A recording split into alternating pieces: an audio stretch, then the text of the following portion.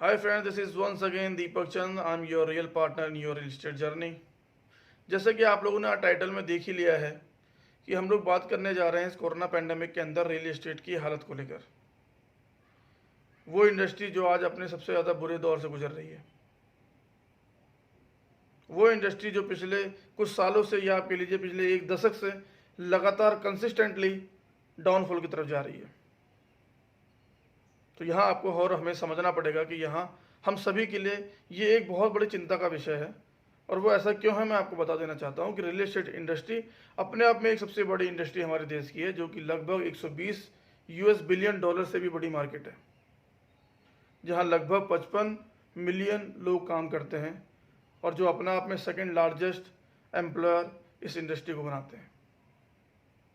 तो अगर इसी तरह से लगातार ये इंडस्ट्री अपने फेलियर की तरफ बढ़ती गई तो ये हम सभी के लिए बहुत बड़ी चिंता का विषय है।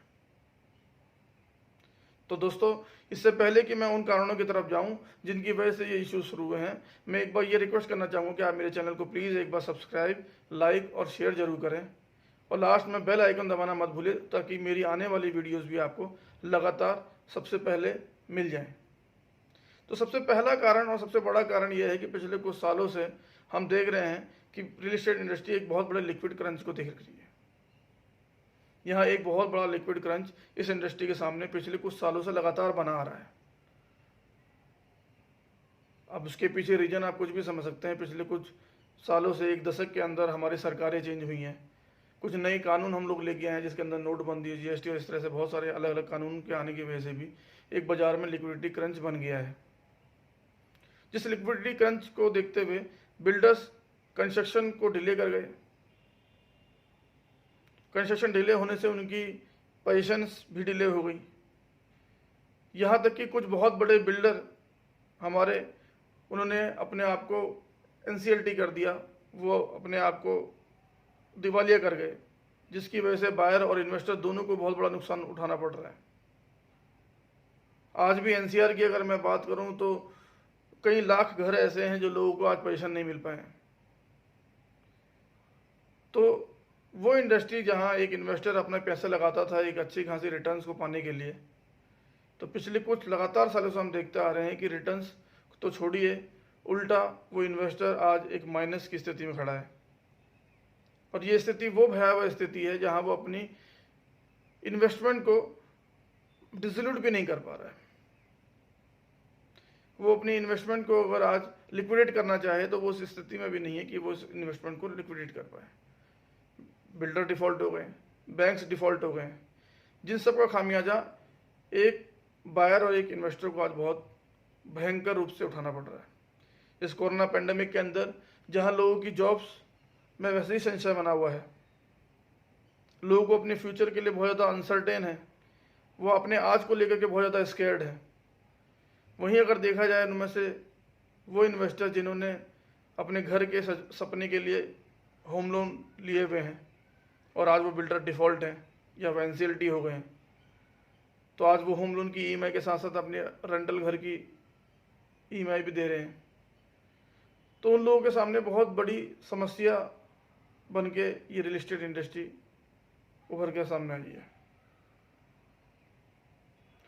यहाँ हम देखें कि पिछले कुछ सालों से सेल्स भी लगातार रियल एस्टेट इंडस्ट्री के अंदर डिक्लाइन हुई है, जो कि बट ऑब्वियस है और वो एक वाइसी वर्सा एक्शन है। क्योंकि जब बिल्डर डिफ़ॉल्ट होंगे, पोजीशन टाइमली नहीं होगा बाज़ार के अंदर, तो कहीं ना कहीं एक ट्रस्ट का डेफिसिट होना बाज़ार में बहुत लाजमी है। जिस ट्रस्ट के डेफिसिट को लेकर के आज लोगों के पास पैसा होने के बावजूद भी एक इन्वेस्टर आज रियल एस्टेट इंडस्ट्री के अंदर पैसा लगाते हुए डरता है।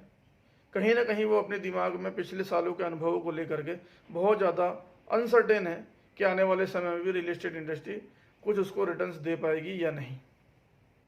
इसके अलावा अगर हम देखें कि पिछले कुछ सालों के अंदर एनबीएफसीज, जो कि रियल एस्टेट की एक रीढ़ की हड्डी की तरह काम करती हैं, जो रियल एस्टेट में बायर से लेकर के बिल्डर तक सबको फंड करती हैं, आप और हम देख रहे हैं कि पिछले कुछ सालों से कुछ बड़ी नामी एनबीएफसी भी अपने आप को बैंकरप्ट कर गई, जिसकी वजह से भी पूरी रियल एस्टेट इंडस्ट्री को एक बहुत बड़े लॉस का सामना करना पड़ रहा है। और इन सब चीज़ों के अलावा पिछले 1-1.5 साल से हम देख रहे हैं कि कोरोना पेंडेमिक के चलते हुए अब इंडस्ट्री की हालत वैसे ही बहुत टाइट है, क्योंकि अब तो लेबर की बहुत शॉर्टेज हो गई है। फंड्स की शॉर्टेज तो पहले से ही थी। तो डिलीवरी और पोजीशंस को लेकर के बायर इन्वेस्टर आज भी उतने ही ज़्यादा डिलीमा में है जितने वो आज से 4 साल पहले या 5 साल पहले थे। अभी भी कहीं ना कहीं इनके मन में ये है कि अभी भी अगले 3 साल 5 साल के बाद भी ये प्रोजेक्ट उनको उनके हाथ में मिल पाएंगे या नहीं।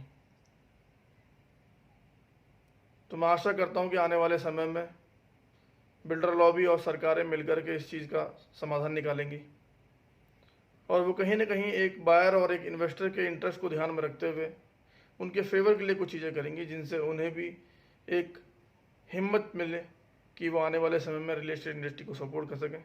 क्योंकि अगर रियल एस्टेट इंडस्ट्री को सपोर्ट मिलेगी तभी रियल एस्टेट इंडस्ट्री आने वाले समय में 2030 तक एक जीडीपी के अंदर बहुत बड़ी हिस्सेदारी के रूप में काम करेगी। इसी एक आशा के साथ मैं आज अपनी इस वीडियो को यहीं पे समाप्त करता हूँ और आने वाले समय में आपके लिए दूसरी कुछ इन्फॉर्मेशन लेकर के आता हूँ। बहुत बहुत धन्यवाद।